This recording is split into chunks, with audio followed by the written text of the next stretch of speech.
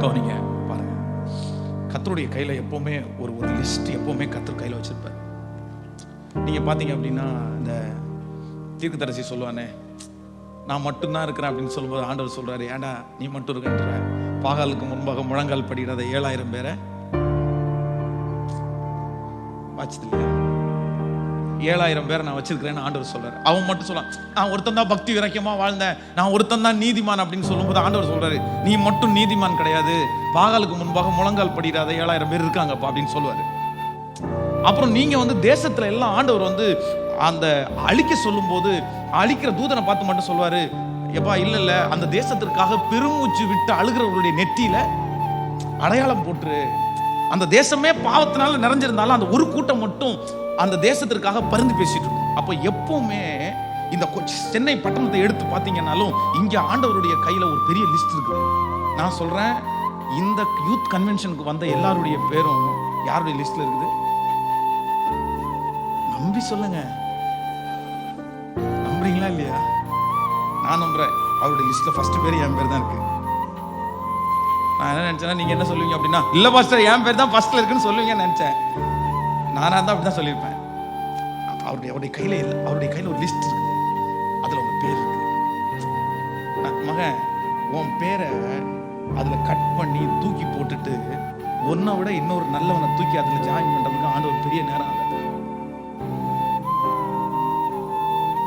இவனை ரொம்ப ட்ரை பண்ணி பார்த்துட்டோம், வேணாம் தூக்கி போட்டு வேற ஒருத்தர். ஆனா இன்னும் உங்க பேர் அங்கேயே தான் இருக்கு. இல்ல என் மகனுக்குன்னு வச்சது, என் மகளுக்குன்னு வச்சது, அதனாலதான் இந்த இடத்துல ஆண்டவர் வந்திருக்கிறார். நம்புறீங்களா? நான் என்ன சொல்றேன்னா, நீங்க ஆண்டவரை நெருங்குறது யூத் எப்பவுமே என் லைஃப்ல பல மணி நேரம் அழுதே கழிச்சிருக்கிறேன் நான் ஆண்டவருடைய சமூகத்துல. தேவைக்காக இல்ல, அவருடைய அன்பை இரக்கத்தை நினைச்சு. நீங்க மட்டும் அழுதுட்டீங்கன்னு வைங்களேன், நான் உண்மையில சொல்ல ஆண்டவரை ரொம்ப ஈஸியா கவர்ந்து இழுத்துடலாம். ரொம்ப இழுத்துடலாம். ஒரு 10 மினிட்ஸ் அப்படியே ஒரு 5 மினிட்ஸ் நான் நடத்தேன். அதுக்கப்புறம் பாஸ்டர் எனக்கு கொடுக்குறேன், எந்திரிச்சு நிக்கலாம்.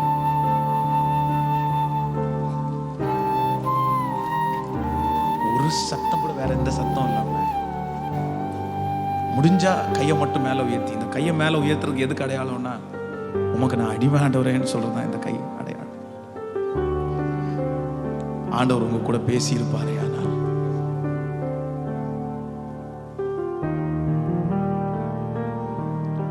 கர்த்தருடைய கையில இருக்கிற அந்த லிஸ்ட்ல உங்களை தூக்கி போட்டுட்டு இன்னொருத்தரை எடுக்கிறது ரொம்ப ஈஸி.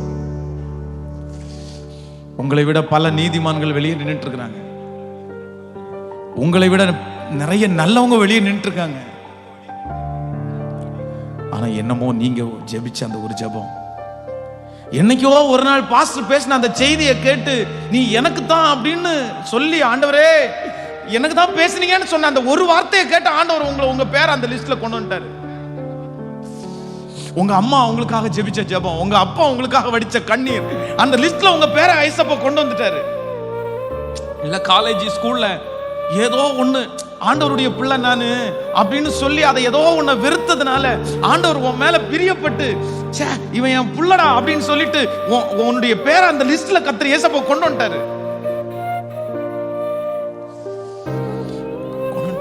ஏதோ ஒரு நாள் நீங்க பண்ண வைராக்கியத்தை பார்த்து கொண்டு வந்துட்டாரு.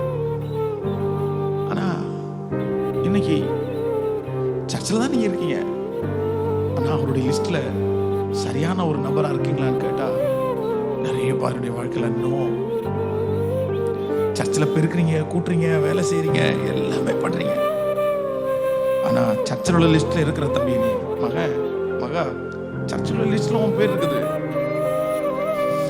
கொயர்ல இருக்குது, எல்லாத்துலயுமே உன் பேர் இருக்குது. கர்த்தருடைய கையில் இருக்கா?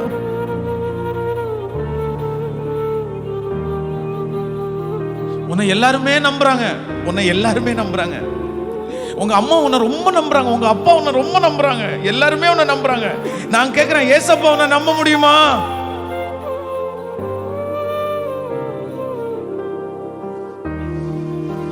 கையை மட்டும் மேல உயர்த்தி சத்தமா சொல்லுங்க, விட்டுறேன் ஐ லவ் யூ.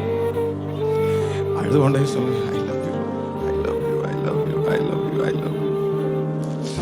பெரிய மாணிக்கத்தை உங்களுக்காக கர்த்தர் ஆயத்தம் பண்ணி வச்சிருக்கிறாரு. உனக்காக ஒரு பெரிய ஃபியூச்சரை கர்த்தர் ஆயத்தம் பண்ணிட்டு தான் அவனை அழைக்கிறாரு. இயேசுவே நீ நல்லவா, இயேசுவே நீ நல்லவா, உடைக்கப்பட்ட நேரங்கள் துணையாக நின்று எனக்கு நல்லவரா,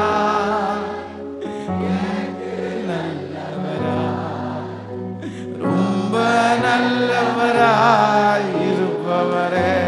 சத்தமா சொல்லுங்க, இயேசுவே நீ நல்லவர்.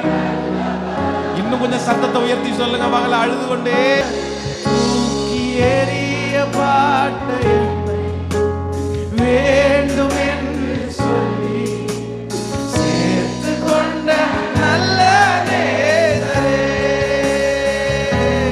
தூக்கி எறிய பாட்டை அப்படியே என்று சொல்லி சேர்த்து கொண்ட நல்ல நேசரே. அழகான கண்கள், அழகான கண்கள்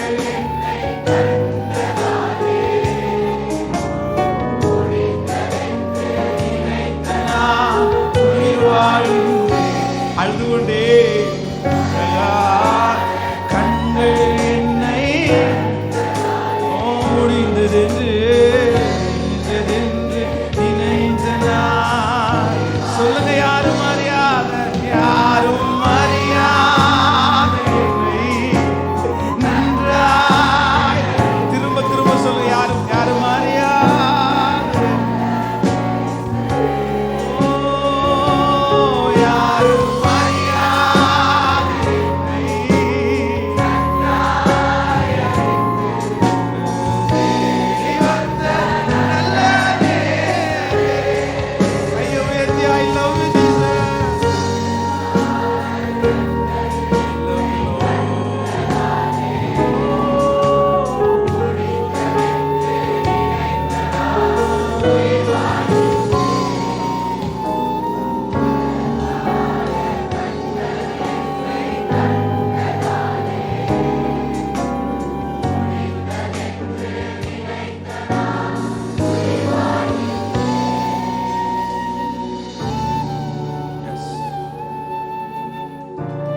பரிசுத்தத்திற்காக வைராக்கியமா நின்ற,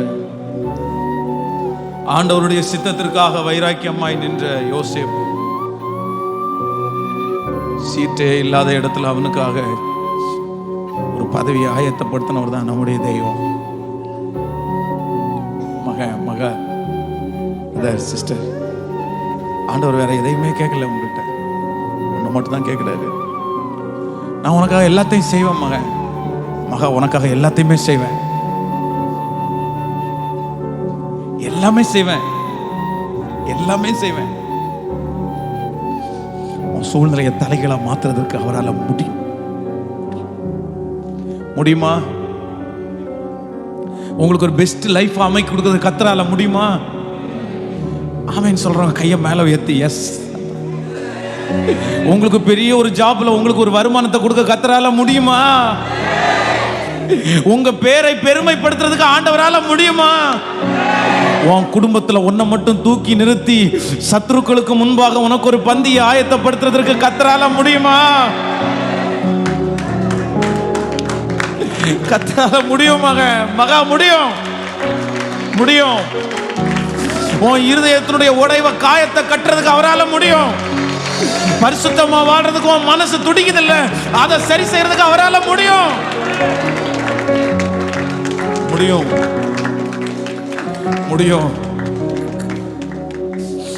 எஸ். தங்கச்சிங்க கூட கையை மேல உயர்த்தி, இப்போ இங்கிருந்து ஏசப்பா என்கிட்ட பேசினாரு, நான் விரும்புறேன், யார்கிட்டுமே சொல்ல வேண்டாம், பரவாயில்ல, ஏசப்பாட்ட மட்டும் சொல்லிட்டு நான் உங்கள்ட்ட ஒரு 2 வேர்டு மட்டும்தான் எதிர்பார்க்கிறேன்.